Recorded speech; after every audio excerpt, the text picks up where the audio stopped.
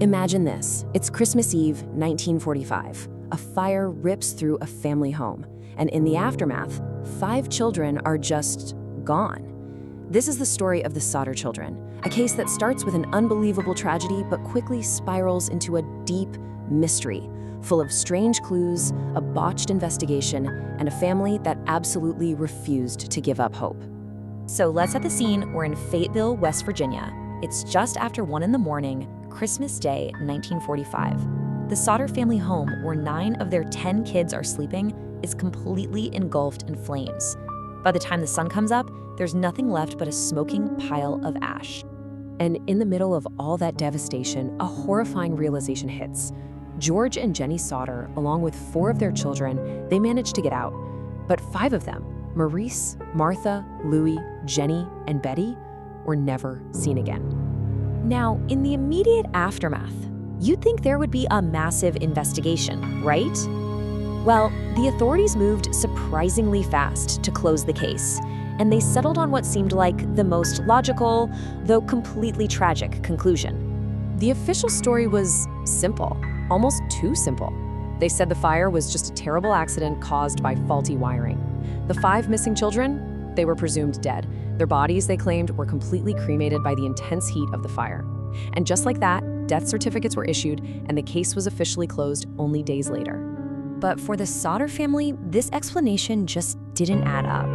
As their shock and grief started to turn into questions, that official story began to completely fall apart, revealing one bizarre and troubling inconsistency after another. The very first and maybe the biggest question that haunted Jennie Sodder was this: if her children really died in that fire, where were their remains? She just could not accept that they had simply vanished into ash. And Jennie's doubt, it wasn't just a gut feeling. It was rooted in simple logic. She started doing her own research, even burning animal bones, and saw that they were never fully destroyed. She also found out that a professional crematorium burns bodies at 2,000 degrees for over 2 hours, and even then, bone fragments are often left behind. The family home burned for just 45 minutes. How could it possibly have done what a purpose-built furnace couldn't? So then, the family started looking back, piecing together this really disturbing pattern of events that happened in the months and weeks leading up to that Christmas Eve. And all of it suggested this fire was anything but an accident. Just look at this timeline. George Sodder was an Italian immigrant who was very openly critical of the dictator Mussolini, and that definitely created some tension in the community. Then an insurance salesman gets angry and explicitly threatens that George's house would go up in smoke and his children would be destroyed. Then some stranger weirdly predicts a fire from their fuse boxes, and another guy is spotted just watching the kids. On their own, these things are strange, but when you put them all together, they paint a very ominous picture. But the strangeness didn't stop there. On the actual night of the fire, a whole series of things went wrong. A series of inexplicable failures that seemed almost perfectly timed to make sure nobody could be rescued. I mean, it's almost unbelievable. Everything that could have helped that night just failed. The ladder George always kept propped against the house. It was found 75 feet away. Both of his work trucks, which were his only hope of getting up to the second-story windows, suddenly wouldn't start. The phone line to call for help, it was cut. And maybe the biggest clue of all, the Christmas lights actually stayed on during the beginning of the fire, which makes that whole faulty wiring theory seem almost impossible. With all of this piling up, the Sodder suspicions then turned to the official response, which was slow, and as they'd find out later, it involved a truly shocking act of deception by the fire chief himself. Okay, this story gets even more bizarre. Years later, the fire chief, F.J. Maurice, claimed that he had actually found a heart in the ashes and secretly buried it. But when the Sodders dug up the spot, they found a box with what was clearly beef liver, and it hadn't even been touched by fire. The chief then confessed he planted it, hoping it would finally give the family some closure. But instead, it just convinced them that there was a cover-up. So, with the official story in tatters and clear evidence of a cover-up, the family became absolutely convinced their children had not died in that fire. And this belief started to solidify into some pretty powerful theories about what really happened that night. The biggest theory, the one that really seemed to fit, was that the fire was a deliberately set diversion to cover up a kidnapping. And the motive? Well, to the family, it seemed obvious: retaliation. George's very vocal criticism of Mussolini had made him enemies in a community with a lot of Italian immigrants. So, Was this payback from the local mafia or maybe fascist sympathizers he'd angered?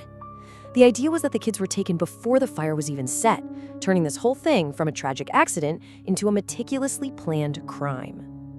And you know what fueled their hope for years? The sightings.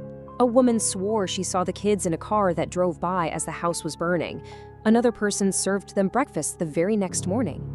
But maybe the most detailed account came from a hotel employee in Charleston who saw 4 of the kids with 2 men and 2 women of Italian extraction. She said they were hostile and wouldn't let her speak to the children. All of these clues and theories completely transformed the Sodder family's grief. It became this relentless, public, and lifelong quest for the truth, a search that would really define the rest of their lives. The most famous symbol of their search was this billboard. They put it up right at the site of their old home, offering a $10,000 reward for any information. It had the children's faces on it, making sure that no one who drove down that road would ever forget them. Then, get this. More than 20 years after the fire, a mysterious photograph just shows up in the mail. It's a young man who has an undeniable resemblance to their son Louis. On the back, there was a cryptic note, "Louis Sodder, I love brother Frankie." It was this incredibly tantalizing clue that gave them fresh hope, but the private investigator they hired to look into it, he just vanished with their money. And this quote from George Sodder, it just perfectly captures the family's torment. They weren't just clinging to false hope, they were desperate for certainty. If the children died, they wanted proof. If they lived, they wanted to know what happened. They were just trapped in this unbearable limbo. George and Jennie Sodder went to their graves without ever getting answers. The surviving children kept up the search, but the trail went cold. And so, to this day, the question still hangs in the air. Was it a tragic accident and a flawed investigation? Or was it a sinister conspiracy that stole 5 children in the dead of night? The ashes of the Sodder home settled a long time ago, but the mystery continues to burn.